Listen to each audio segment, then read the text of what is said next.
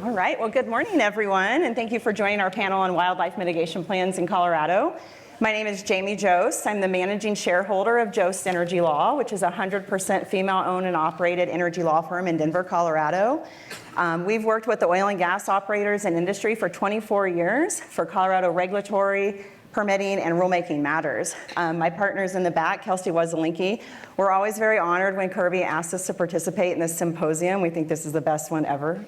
It's always the highlight of the year. So Kirby, thank you to you and your staff for putting this on. We're going to dive right into wildlife mitigation plans. These are a very important part of oil and gas development planning in Colorado, and they arise through the Commission Rule 1201B, and they're required for proposed oil and gas operations or amended oil and gas operations in high priority habitat. These plans are a fairly hefty document. A lot of work goes into these from operators, wildlife consultants, biologists, a lot of other scientific minds putting these together.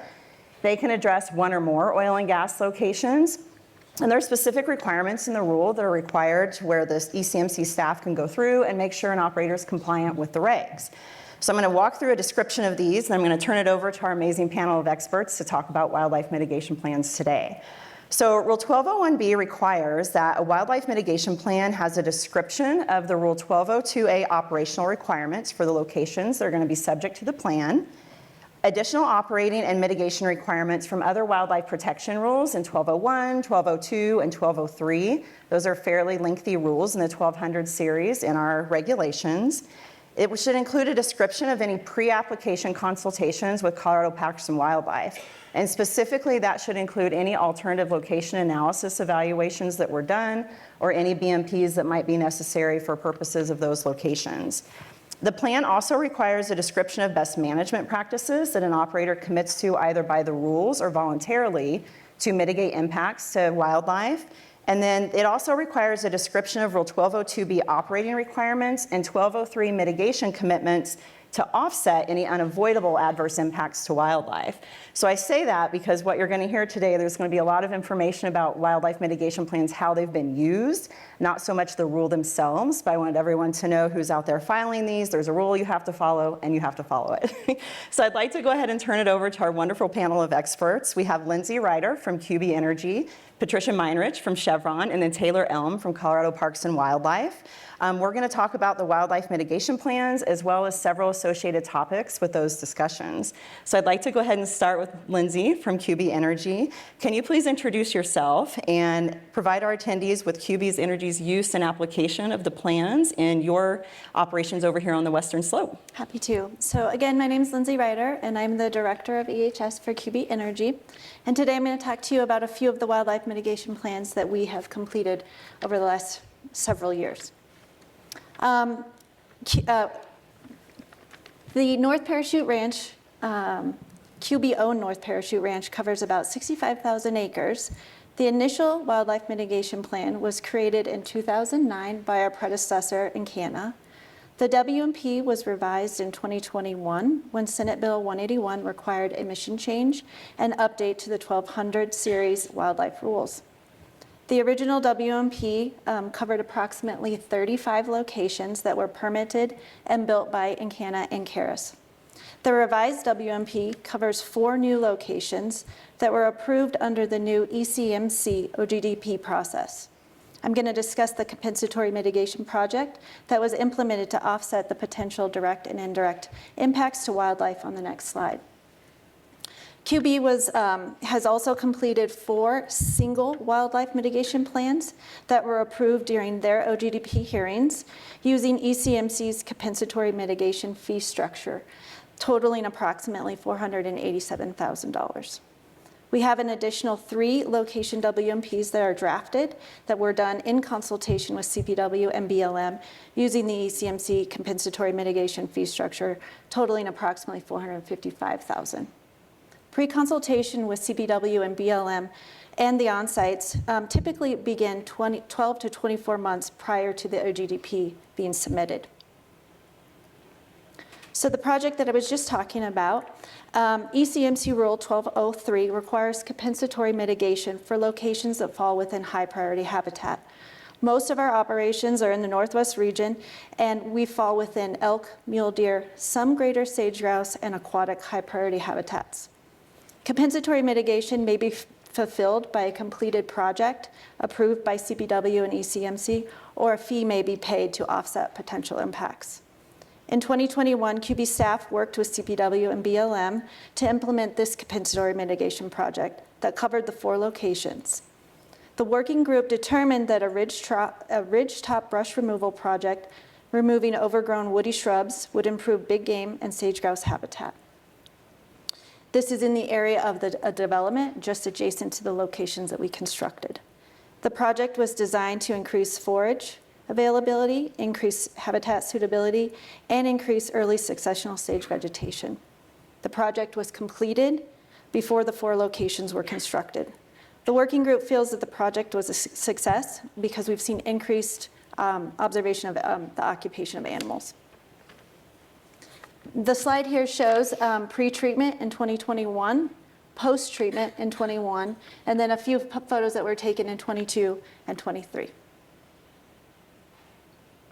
Under the WMP, QB implements several landscape level mitigation projects or best management practices, including the 5 focus areas listed here. We are very lucky to have John Andrews, our ranch manager, on staff who is responsible for the implementation and management of these mitigation projects. The grazing monitoring program on the NPR is one of the longest standing projects that we've had in place since 2008. There are 9 grazing pastures on the property that have been established and are monitored annually. Data collected from 63 cages and 24 transect locations during fall assessments are used to determine the following year's stocking rates and grazing timeframes. Impaired pastures have been set aside to rest for a season or 2 when data indicates the need. We have completed a few, agricultural projects, including fence removal, repair, and replacement. We've set up irrigation systems in the meadow. We planted quality forbs and grasses, and we've left forage for wintering wildlife. You can see on the map here that the Middle Fork Meadow is at the center of several big game migration routes. These meadows are also home to a very, very many turkey. We've also installed several water improvement projects, including beaver dam analogs, Z-dikes, creek bank improvements, spring improvements, and water wells. We are currently coordinating with CPW and BLM to implement compensatory mitigation projects on the ground where we operate. Most of our development is on BLM surface or overlying federal minerals, and our goal is to implement large-scale projects that benefit the wildlife in the area where we are developing. We would like to implement these compensatory mitigation projects early for maximum benefit to the habitats that we're working within. Thank you. Great, thank you. Those pictures are just gorgeous. I always love seeing the pictures from the West Slope over here, and well done, QB Energy. I'd like to go ahead and turn it over to Patricia Minerich from Chevron. Patricia, can you please introduce yourself and then provide a background on Chevron's voluntary comprehensive wildlife plan that it uses in the DJ Basin? Yes, thank you, Jamie. I'm Patricia Minerich with Chevron. I'm a senior permitting coordinator, and thank you for inviting me here to speak today. So Chevron is dedicated to producing affordable, reliable, ever cleaner energy that enables human progress. In Colorado, Chevron has pioneered the use of comprehensive planning that contemplates design improvements, potential impacts, and mitigation measures across large-scale oil and gas developments. With the designation of high priority habitats, Chevron saw an opportunity to introduce comprehensive planning to the wildlife arena. So we went ahead and we created a comprehensive wildlife plan. Through this plan, we're utilizing science-based data to inform mitigation measures, identify focus areas for applying those mitigations and improvements, and then informing additional enhancements that will provide beneficial and meaningful impacts to wildlife and habitat. The comprehensive wildlife plan seeks to go beyond the traditional mitigation hierarchy of avoid, minimize, and mitigate to add, improve. When crafting this plan, we imagined what was possible, or what we call the art of the possible. Nothing was off limits. We want to be proactive in our approach to development, planning, and wildlife protection that also offers us operational flexibility. It's this flexibility that allows us to continue to improve, innovate, and reduce impacts, and deliver the affordable, reliable, ever cleaner energy on which we rely. The Comprehensive Wildlife Plan is not a compensatory mitigation plan. It is an entirely voluntary endeavor that Chevron has undertaken for the benefit of wildlife and habitat. It is in addition to any direct or indirect impact fees, and in addition to any regular mitigation plans. We've also created a toolbox of programs with these goals in mind and the art of the possible framework. This toolbox is designed to provide functional habitats and improved habitats. The collaring program, The collaring program in Weld County focuses on pronghorn and mule deer. We focused on these species as much of our rural development overlaps with these species. We're trying to gain data points on migration corridors and wildlife interactions with habitat. The Conservation Data Explorer is a codex database and mapping tool run by CSU. It's a public database, and it's also an ecosystem services tool that provides habitat indicators such as gaps in habitat connectivity and habitat stress severity levels. The Native Seed Nursery is a program that focuses on seed collection and cultivation of native seeds from Colorado and not native adjacents or seeds from other states. The Habitat Restoration and Enhancement Program focuses on measures that will improve the quantity and quality of habitat. The Habitat Defragmentation Program is a robust plugging and reclamation of existing legacy oil and gas wells and facilities, or as I like to think of it, as filling in the holes of Swiss cheese that is the dotted landscape of existing homes, oil and gas developments, and other industrial uses along the Front Range. The Offset Program focuses on conservation easements, establishing new easements, and providing enhancements to existing easements for wildlife uses. We're also employing a number of best management practices for pronghorn and mule deer, such as the use of sound walls to minimize the impacts of noise and light to wildlife. The collaboration program uses third-party expertise to achieve these goals.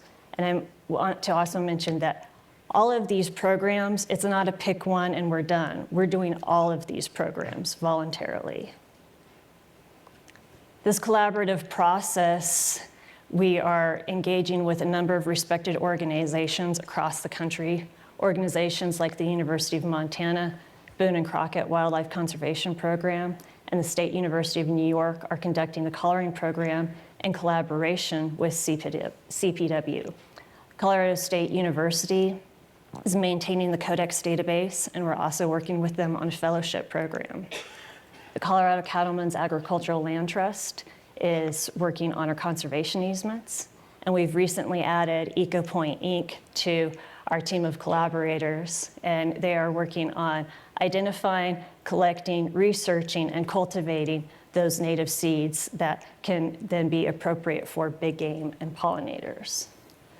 And now that I've explained the background of our comprehensive wildlife plan, I'd like to highlight a couple of real-world applications of our plan programs.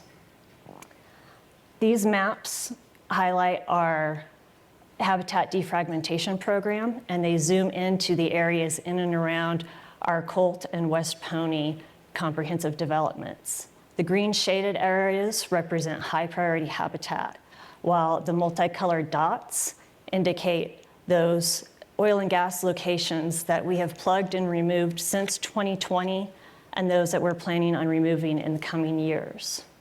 The bright green polygons on the map represent our future development plans. And as you can see, the map on the right shows the removal of those more than 3,000 locations and the reclamation of over 4,900 acres of land that can then also be used for wildlife habitat.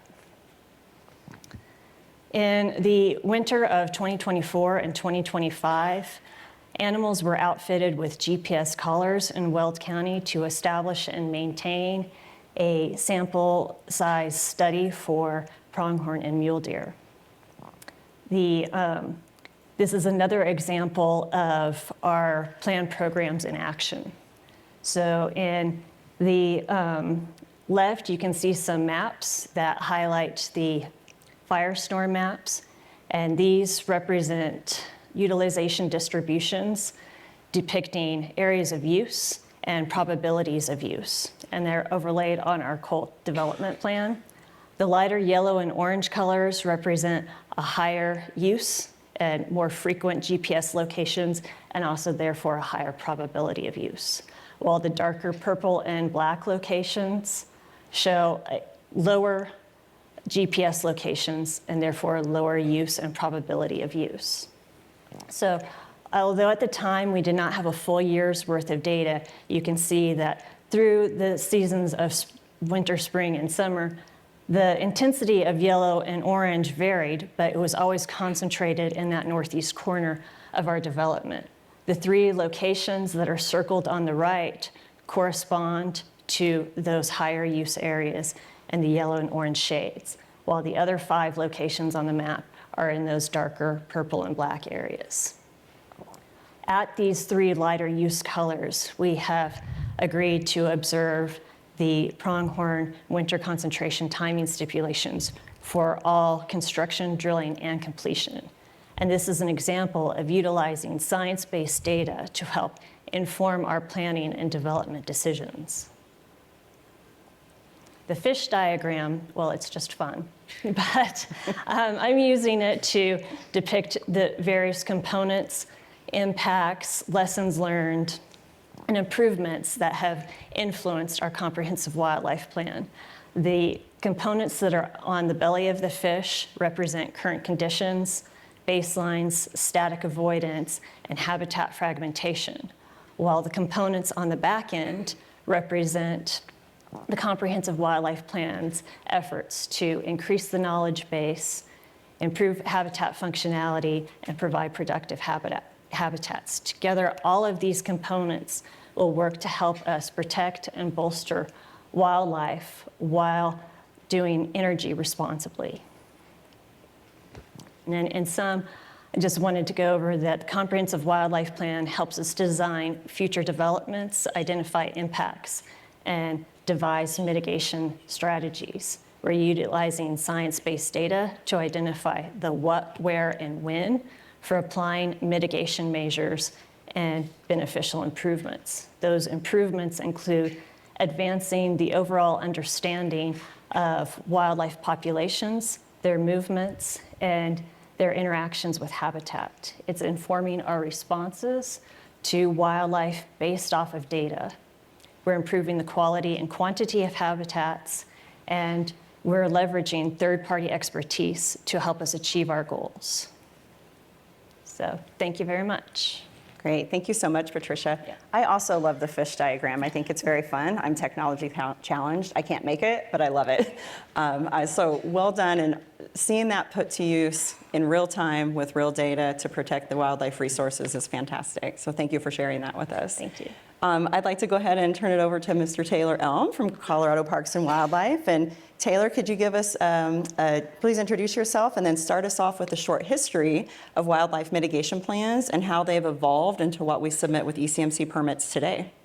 Yeah, you bet. Thanks, Jamie. And thanks, Kirby, for the opportunity to be on the panel today.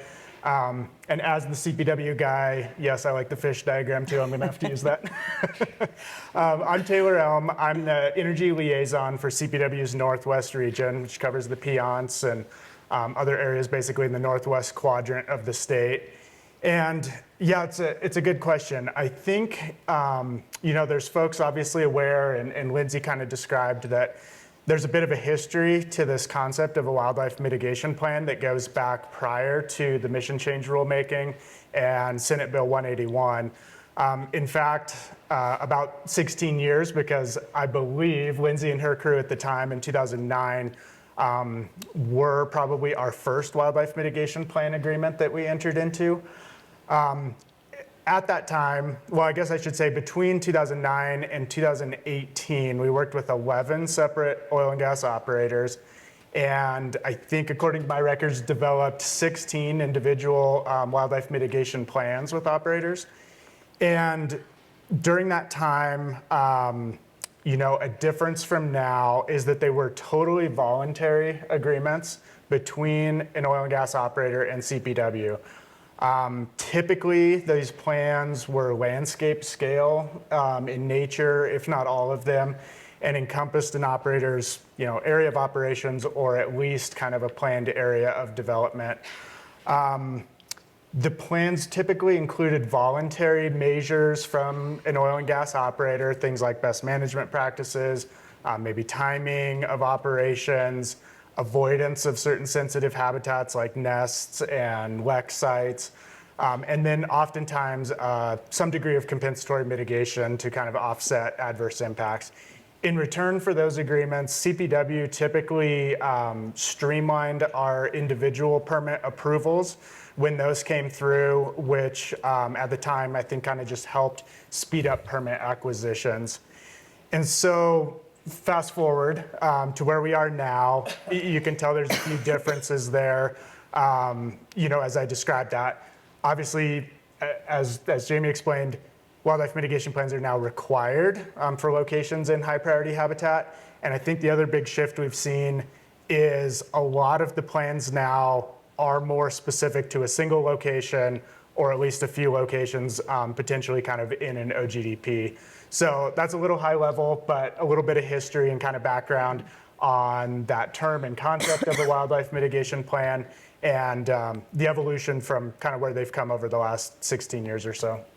Great, well, thank you. I think that's a really good segue into my next question. And I'm sorry, I have a frog in my throat. It's a non-spotted leopard frog, I promise. There is not an ESA-protected frog in my throat. But I'd like you to go ahead and describe your thoughts on the importance of wildlife mitigation plans, as well as why it's so important for operators to include very detailed information in those plans, whether they're comprehensive or site-specific, as part of their permit. Yeah, absolutely.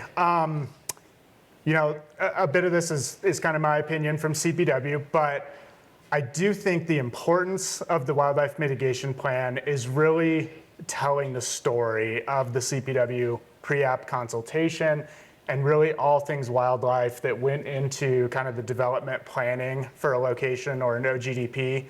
I would encourage all of our operators to not look at the wildlife mitigation plans as just another checkbox and kind of obligation to get through when submitting or preparing your permit application package, which I know in a way it is because it's a burdensome process, but really utilizing the wildlife mitigation plan to, as you said, Jamie, provide all the details, the narrative of kind of everything that went into all the decisions around wildlife for a location or an OGDP. You mentioned in your intro kind of all those required pieces of the plan. And obviously, those are kind of regulatory pieces that must go into nearly every plan. But we all know there's a lot of other details that come up during the pre-app consultation. Wildlife is very fluid, and as we work through the consultations, there's always unique things coming up with wildlife, whether it be timing, maybe unique best management practices that are developed, CPW waivers and some of the rationale maybe that went into a waiver process. You name it, there's all kinds of details, and that's really, I think, the place to tell that story and document it. It's important to keep in mind that the folks after the permit submission that are reviewing these materials, so ECMC staff, ECMC commissioners eventually, and other entities, don't have the luxury of kind of being out, oftentimes at the on-site meetings and in the numerous follow-up meetings between CPW and the operator. And so providing all that detail and leaving, little for interpretation, I think is really where the value in the wildlife plan comes into play. And one other thing, I heard, in the previous panels, some discussion about kind of duplicity between federal and state permitting processes. And I think the wildlife plan also provides some value there too in operators working with BLM and the federal permitting process. I've seen several instances lately where operators will share the wildlife mitigation plan with BLM staff.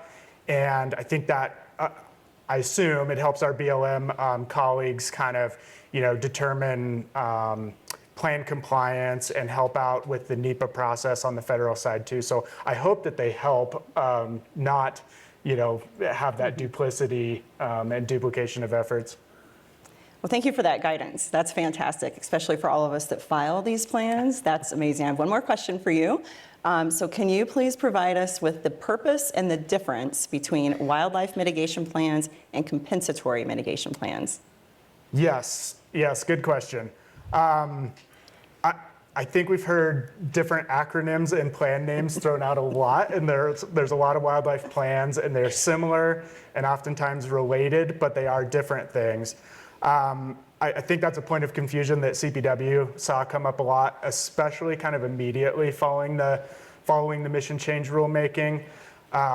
They sound close enough, right, that there may be an assumption that these two things are interchangeable or it's just a different name for the same plan, but that is not the case. They are separate plans as called out in the 1200 series regulations.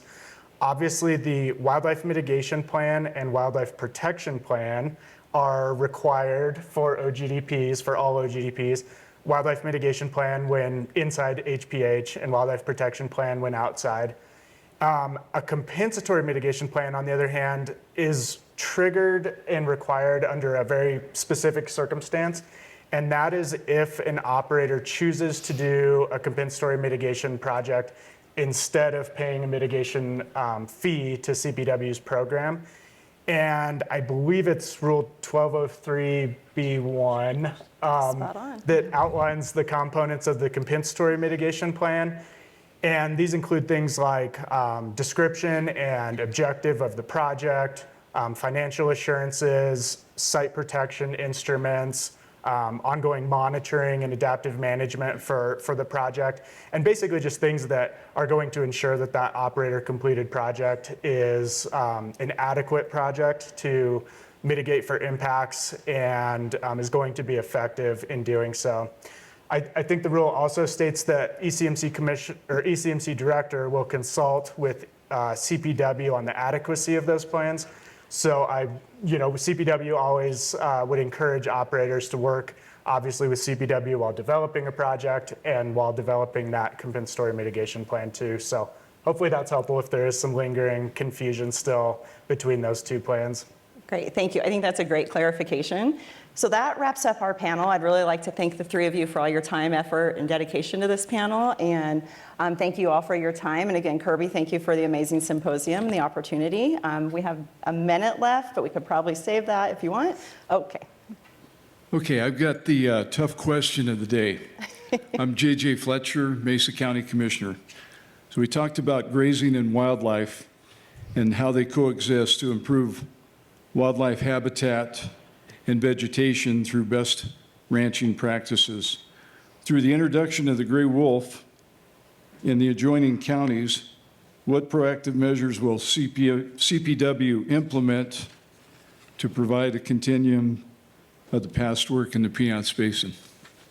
Great, thank you for your question, Taylor. I think that's probably directed to you. Yeah, I think the opportunity for Director Davis would have been good for this one, but I'm not sure I have a great answer for that. My work is hyper-focused really on oil and gas operations and consultations, and so I don't overlap with our staff that, is really involved with the wolf reintroduction efforts. So I can tell you that there is work being done.